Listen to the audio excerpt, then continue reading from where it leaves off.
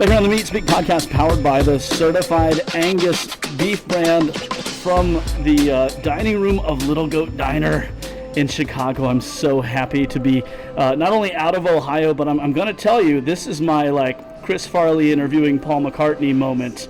I am sitting across the table from Stephanie Izard, right? Iron Chef, James Beard Award winner, food and wine best new chef, and I mean the list goes on and on and on and on. How are you? I'm good. I'm tired. I'm always tired, but a lot going on, but everything's good.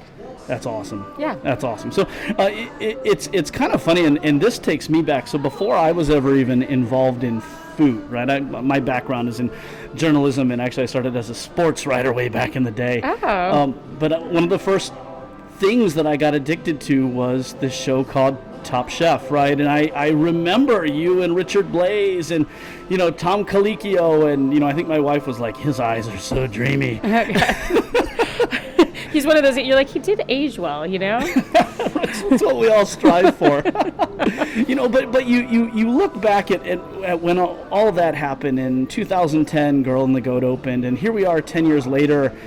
You've got 3 projects all thriving, in Chicago. I mean... 4. There's 4. Oh, we have Cabra too. Oh, that's right. So, I was forgetting about the rooftop. 4 in this little 2-block radius. Yeah. And That's amazing. Right. I mean, when you look back at kind of where you started, do you pinch yourself sometimes, or is it you're just so busy you just keep pushing on? Yeah, I think the latter. I just kind of keep pushing on. We just had our 10-year birthday at Girl and the Goat in July.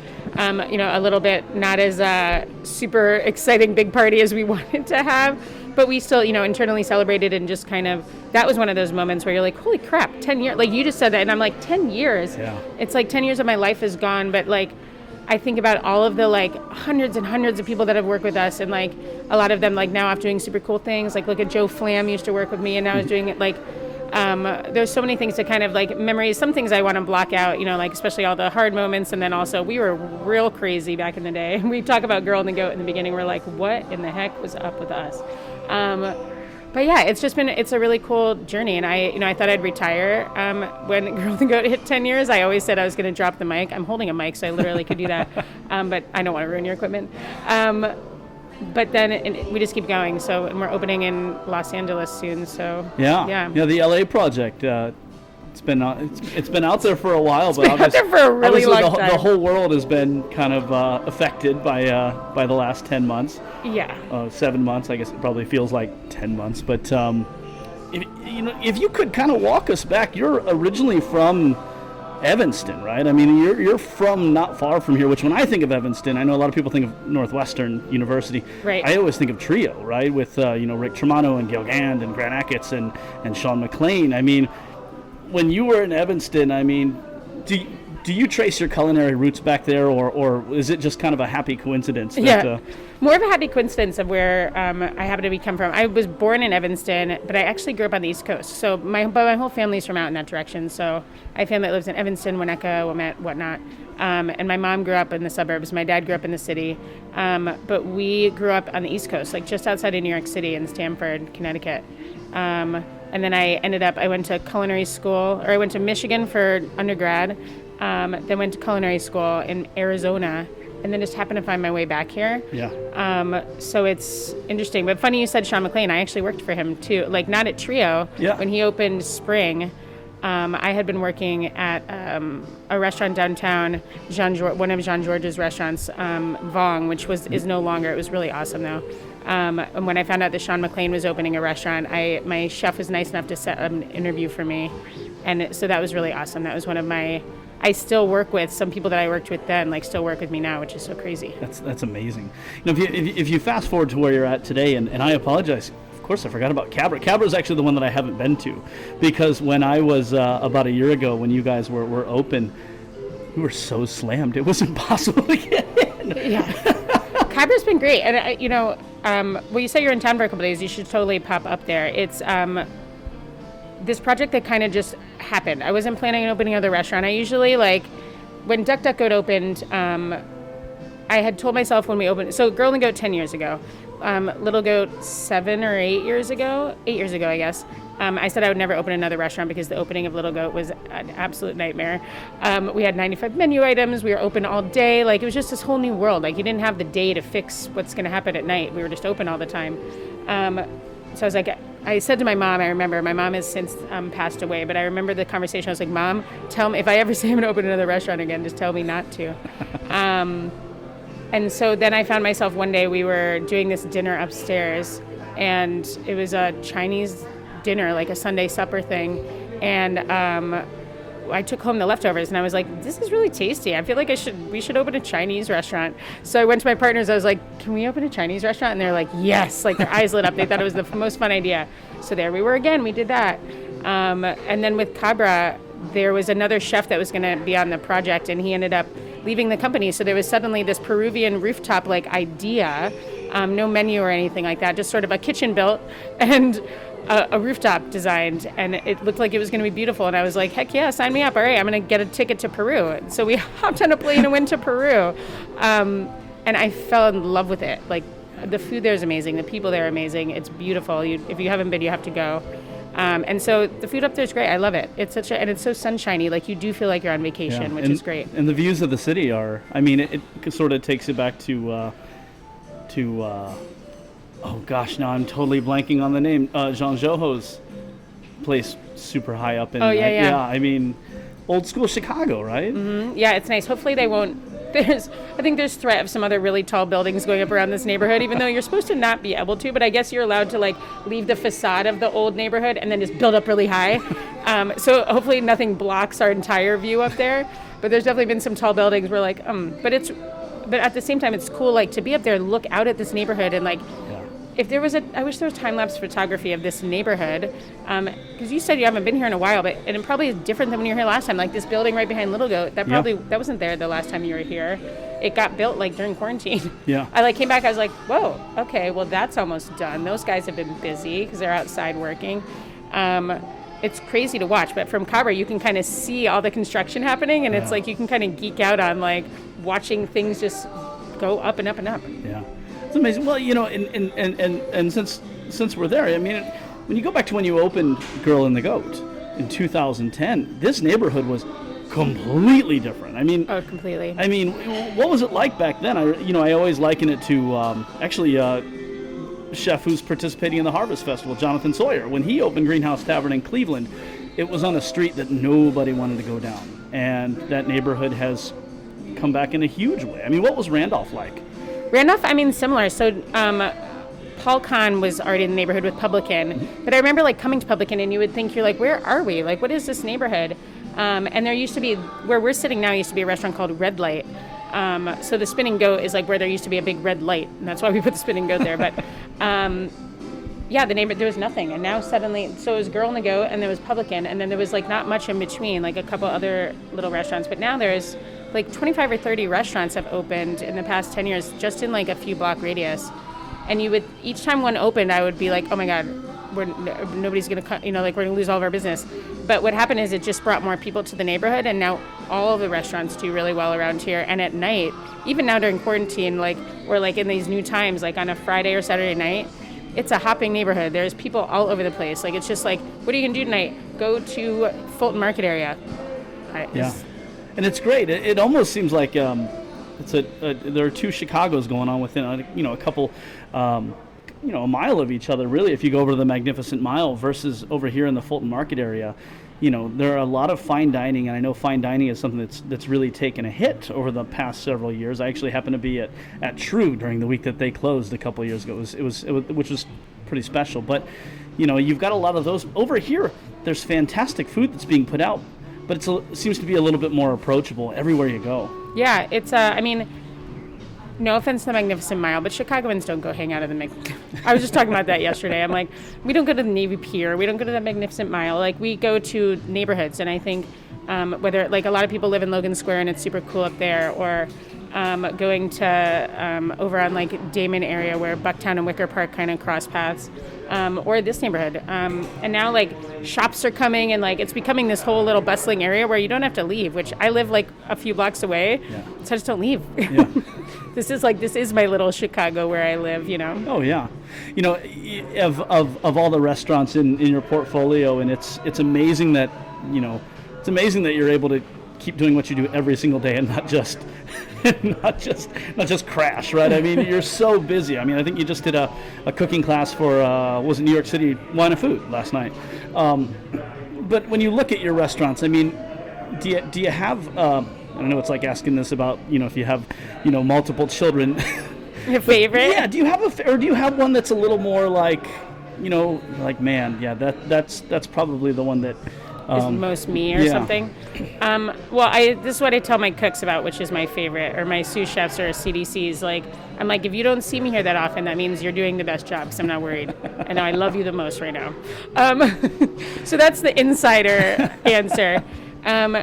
Otherwise, it kind of changes all the time. Like I said, Cabra is so sunshiny and bright, and the food up there, once I kind of cracked the code on Peruvian cuisine a little bit, or our version of it, and I was like, oh my gosh, it's so fun. Where Italian food and Japanese food and lime juice kind of come together and make this amazing cuisine. And then you start seeing that trickle onto my other menus. So whenever I love studying other cultures, but you'll see little tiny bits of Peruvian food on the Girl and the Goat menu, little tiny bits of Chinese influence perhaps on that, because I get all excited about it and you can see it trickle around. I mean, Girl and the Goat, it's the classic. I think that I would have to say, it's the original, and that's kind of where if you just are going to go to one goat restaurant, maybe going there first, because it's kind of the original of what we do. But then we also added on, we have Tiny Goat now too. So Tiny Goat is a little spin-off restaurant that we do upstairs here. That's a tasting menu, and so it kind of gives me an opportunity to be a little bit more fine dining, if you will, I guess, our version of it, which is much more casual. But same thing, I'll study I like a theme, so I pick a theme for the menu and then find these new flavors or ideas on that menu, and then you'll see it when that menu goes away, it trickles on to the other menus. So I don't know, secretly, whichever one is causing me the least pain is my favorite at the time. And everybody's doing so great right now that honestly, I've been focused so much on stuff here at Little Goat. We're launching a whole new company. So, yeah, I don't know. That's amazing. Well, over here... didn't answer your question whatsoever. I just started babbling. I apologize. It's good. Although I will say, I just cashed the corned beef hash, and it's right on par, right? It's exactly as I remembered it from the last time I was here. We the corned beef hash was this whole argument with Jan. So I mentioned this one guy, Jan. We worked together at Spring back when I was in my early 20s, so 20 years ago, and he works with me now still here. He just won't go away. No, I'm just kidding. Take that from the record. Just kidding. But Jan, he's actually the one who made the corned beef itself. He loves playing with meat products and does really great things with that. And then when we came to the hash, he wanted to do more of the big chunks, and you get it, and it's all kind of fancified. And I grew up eating it out of a can. My mom was a great cook, but we still ate corned beef hash out of a can. And I was no, it's got to be more the chopped up stuff with the potatoes. And we ended up at this sort of semi in between where we slice the beef so it's not giant chunks, and then we made this super tasty shredded potatoes. Yeah. But it was funny. I just remember having these all these discussions and arguments about how the corned beef hash was going to be. But I like where it ended up. It's delicious. The potatoes are nice and crunchy and shredded and yeah. I don't want to pick sides, but I think you won. So, last night I devoured a goat shank at Girl and the Goat across the street. Tell us about this tie. Where does the goat even come from in yourself in the restaurant concepts? I guess what led you down that path to really make this a central feature in your restaurants, and honestly a revolving guy on top of this one? Yeah. My last name, so we say Izard, but in French it's Izard. It's a mountain goat that lives in the Pyrenees Mountains. If you look up Izard mountain goat, it's this cute little goat. It's a goat antelope sort of situation. So I found that out a couple years before opening Girl and the Goat. My first restaurant that I owned, I was 27 when I opened, it was called Scylla. It was a Mediterranean seafood restaurant, and that was from the Odyssey. It turns out she's a total evil sea monster, and someone told me that word in Greek is like synonymous with BIT. You can finish that word. And I was like, great. I'm so glad I named my restaurant that. So when I found out my last name was a type of, I was like, yeah, awesome. When I found out my last name was a type of goat, I was like, well, that's an easy word to pronounce. Nobody could pronounce Scylla, and it just goat, you know? And so it was going to be the drunken goat originally because I was in my 20s and like I definitely like to have a good time up until like about 35 when I tamed down a little bit. But then the drunken goat cheese lady was not super pumped about that, or her lawyers weren't. She was pumped, I think, and her lawyers are like, no. So we did Girl and the Goat, and now we have like that big painting. And then, when Little Goat opened, we're like, should we do it? Should we get a giant 6-foot goat and have it spinning around on top? And I remember the day that got delivered to the neighborhood, and I was like, I didn't want it to be like kind of like tacky and like, oh, look at us, you know? So it came, and when you see it, when it's like sitting on the street, I was like, holy crap, that's huge. We are such douchebags. And then once you put it up in the spinning, it's just super fun. It's like this little beacon, and we have all these restaurants around here now, so you can just kind of be like, walk around, good morning, goat, like, hey. Oh, it's amazing. And just so we have this dated, we're sitting here at the beginning of October. He's wearing a mask. Yes, he is. He had it when he put the mask on the goat's birthday. So when Girl and the Goat turned 10, I just called that, it's like the birthday for everybody that works in Goatland, as we call it. Like it's 10 years like of the goat's birthday. So he put on a party hat he had on for a bit and the mask. That's so awesome. That's so awesome. You know, if take us a step farther though, because I mean, it's not just a clever name. You guys legit put goat on a plate to the extent that nightly specials that are always going to be goat. Yeah, we and I think at first we're like, is anybody going to order goat? So we have like a beginner level thing is the goat empanadas. Like we sell a ton of goat empanadas because people that are a little nervous, anybody can eat an empanada. You can't tell necessarily. It could be beef in there and you probably wouldn't be able to detect the difference because the cheese and everything, they're delicious. And then we kind of go into like, we have goat belly, goat shanks, goat neck is my favorite, whole goat legs, whole goat shoulders, which you can actually now order direct from like on Goldbelly. We do national shipping. You can get goat tacos shipped to your house anywhere in the country, or goat shoulder. We ship them out on Wednesdays, which is super cool. You can have your friends over and just eat a whole goat shoulder. But I know, like, I remember after we opened Girl and the Goat, there was a butcher that used to be right next door to here, which is now, I think it's a weed shop. But times have changed.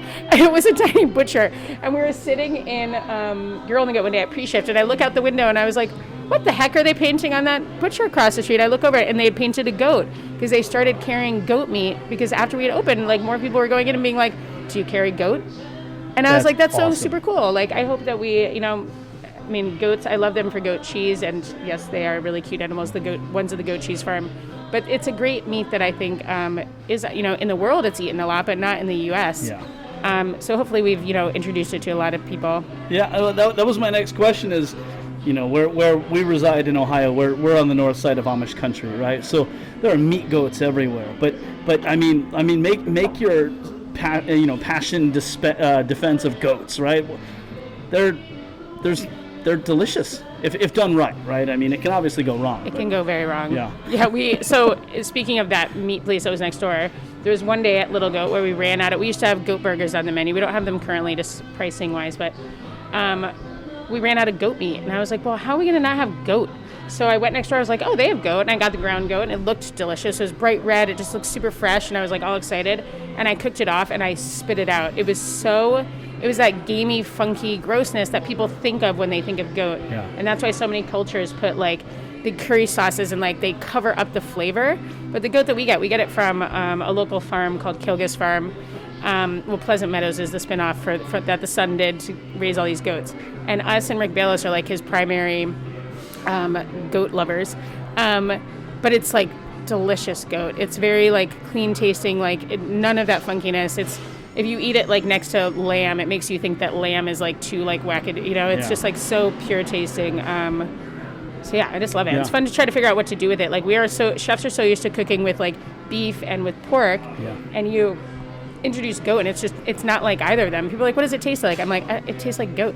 Yeah. And some people will be like, it's a cross between beef and pork. I'm like, well, that's a bunch of baloney. Like obviously, like what does that even mean? Yeah. Nothing. That it means nothing. Oh yeah. But yeah, it's cool to try to like, you're like, well, you can't cook it just like beef and you can't cook it just like pigs. Yeah. It's just different. It was delicious. I was actually sending pictures back to our meat scientists, and like, Nice. look at how, because we work a lot with beef shanks. It's like, look at how adorable a little goat shank is. I mean, it's the Much cutest thing ever. smaller. That's funny. I know. We got a whole. I remember when we first opened Girl and the Goat, we got a half of a calf from the same farm. I was like, yeah, let's get a cow. Like, let's bring a cow in here. And it was like hanging in our beer cooler because we had nowhere else to put it. And it's just such a larger animal. Even a calf that was like so much smaller. And it took us so long to just get through it. I was like, oh, this is crazy. You don't think about it, how much, amazing meat comes off of one animal. Yeah. And we always try and explain to people, they're not all made of ribeyes, you know? Like, you got to find a home for everything if you're going to do that. Which I think it's part of the genius of what you guys do, because, you know, if you're creative enough, which obviously you are, I mean, you guys put goat out in ways that probably nobody else puts out around here. We actually have, it's funny you say ribeye. That's like, we have ribeye on the menu for the first time at Girl and the Goat right now because, like, so I'm holding up my hand, like, that's like your yummy, like, bone-in ribeye, right? And then your next one, and you know that little piece that's in between the two? Yep. That's only, like, this thick? Yeah. We buy those. Oh, it's perfect. And then we dice them and put them on a little skewer and throw them on the grill, and it's like, you're able to get all that flavor of a ribeye without paying, you know, like $50 ribeye for a steak. It's so good. Yeah. I went all nuts. I was like, what? Like, Matt Ronan from Purely brought it, and I was like, this is awesome. And I put it on like multiple menus. And he's probably gonna be like, well, now we're gonna run out of that piece that's in between those things. Oh yeah, well, and that's the thing when you find out kind of the how and the why things are cut. A friend of ours, actually, he ran Rick Tremano's restaurant down in Jackson, Mississippi. He would buy the ribeye, just the eye, like the heart, so the spinalis removed. Now, granted, the spinalis is delicious, but like, you can get ribeye hearts like really, really cheaply if you allow the distributor to take the spinalis and go find another home for it. Oh, interesting. Yeah, I mean, it's still ribeye at the end of the day. It's still Yeah. fantastic. Yeah. I feel like there's also like different parts of the cow that like keep getting, he's like, look, we have this. And I'm like, oh, it's not like something else was invented. It came from the same animal. Yeah. Just like a different way of cutting it that like has made it more palatable or like better, more tender or something. And I'm like, oh, how cool. What is that? Yeah. I remember we had a thing on the menu for a while called Zabuton. Yes. Yep. I honestly don't even know what it is. It's the, I believe it's the Denver steak. Oh, yeah. Yeah, but zabuton is typically, it's a Denver steak off of a Wagyu animal. But like, yeah, it's anatomically, it's the short rib muscle. Yeah, we were like, but crazy. we just thought it was really fun when you're expediting and you're like, pick up a Zabuton. It sounds so awesome. It was like our favorite thing. And then even when we changed it to a totally different cut of meat, we just kept calling it Zabuton because it's much more fun. It's so awesome. So if you could give us a rundown, obviously Chicago, it's one of the great food cities in the world. And I know you have a lot of friends, and so I don't want to put you in a position where like, oh, I meant to mention them, but I didn't. But like, if you are coming to Chicago, take us on the places that you would go eat that are not like your classic tourist stops. Tricky. I mean, you want to start way up north. I mean, I'm going to think through like some of the chefs that are coming to do our Harvest Fest that's coming up because like I'm just in the middle of texting with them, and so like they're fresh in my brain. But like, so you can go get a little casual honey butter fried chicken, and I know that they're probably on the map a lot more and they get a ton of tourists now, but like it's definitely worth like driving up north for that. Diana Davila is coming and doing the fest with us. She's in Logan Square, this tiny little awesome Mexican restaurant that's like, she just puts like so much into. If you have her explain a dish to you, like 30 minutes later you might get to start eating because she can talk about every ingredient like so passionately. But super tasty and delicious. And then I was telling you about Brian Jupiter at Frontier, just like all into like cool meats and things like that. I mean, there's so many like chefs kind of hiding in like different pockets. And then you want to go and get like some of the cool like ethnic food. I mean, that's what makes Chicago so cool is like go up to Devon Street and get Indian food. Going and getting like Korean barbecue. There's like cool, gosh, I'm totally drawing a blank on the one that I finally went to, one that's like it's like where you go in there and like everybody in there for the most part is Korean, like, which is a good sign. Nobody, you know, like you feel kind of dumb as someone that doesn't speak Korean trying to order, and you're just kind of pointing at the menu and like making a face like, did I pick well?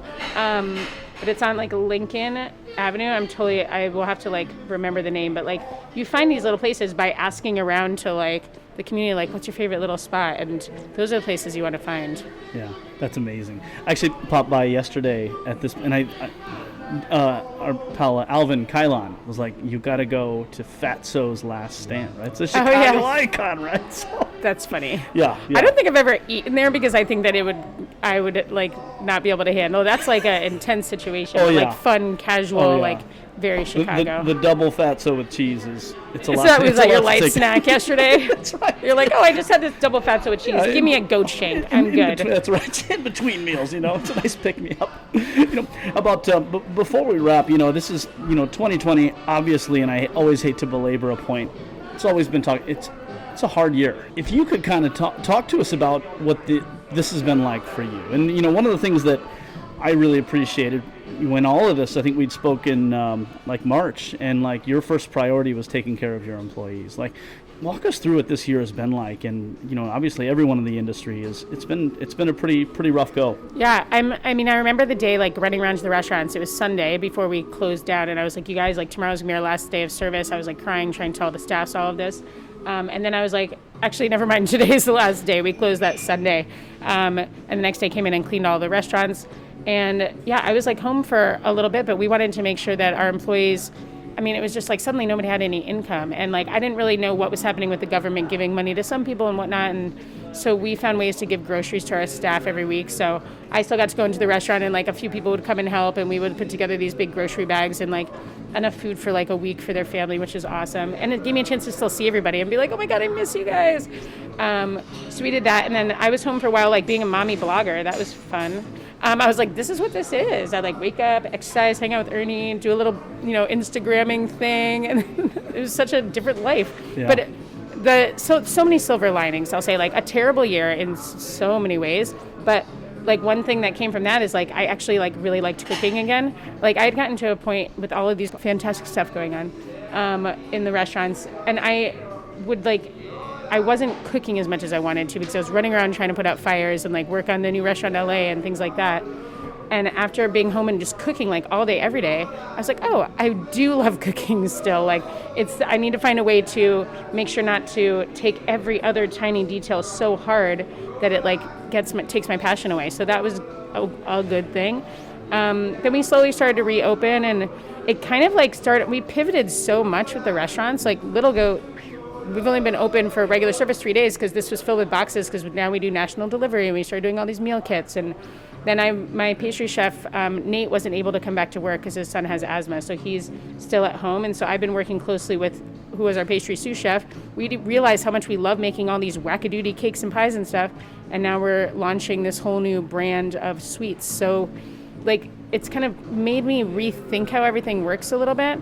Now we're very, very fortunate. My partners, Kevin and Rob, have put a lot of personal finances into saving all of their restaurants, which is great. So I don't have that weight on my shoulders that a lot of my chef friends do who own their establishments, outright. My partners are very, very supportive, which is awesome. And a lot of employees we weren't able to bring back yet, and so we're still tried our best to like extend their insurance as long as we could and all of that. So I don't know, end of the day, like we're in a different place, and it feels kind of like the weird new normal, with some like pivots that we've made that are going to change the way we run business forever. Smaller menus, a little bit smaller staffs, like things that we should have done but we never really even thought about before. So I hope that, like, I'm sure it's happening to everyone, where we're gonna come out on the other end of this, like with like a little bit smarter and like I'm doing things just a little bit differently, kind of forever, which I think is, you have to try to find the good in all of this wacky year that hopefully, has some change happening soon. Well said. That was inspiring.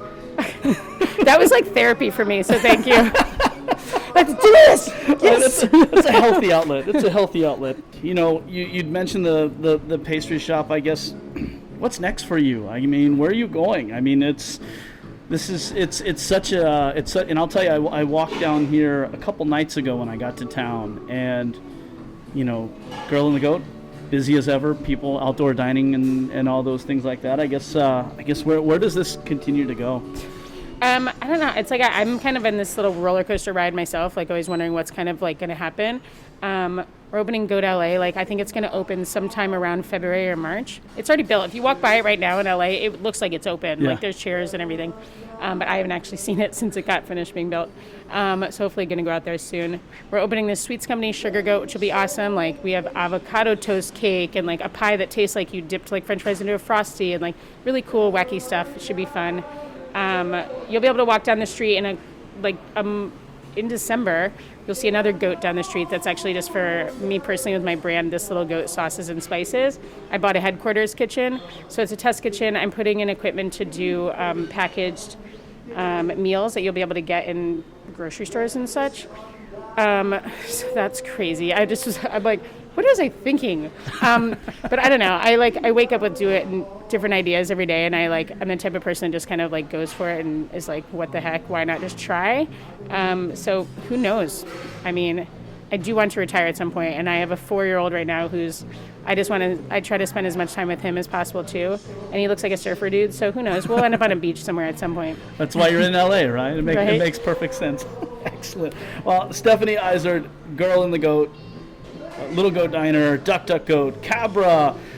What am I missing? What am I missing in there? Well, now Sugar Goat, Sugar Goat, This Little Goat, all the goats. Goats everywhere. Goats, so many goats, a little goat herd. Before we leave, can you give us a quick rundown of where people can find you, where people can follow you on social media? Sure. Instagram is at Stephanie Izard. That's the best place to follow, see what I'm up to, and then it links to all of the restaurants. There's so many. We're going over our Instagram posts. I'm like, oh my gosh, there's so many different things to go up every day for all the restaurants. But you can start on mine and then kind of go from there. Excellent. Chef, we appreciate you taking time to join us. Thank you. Thank you so much.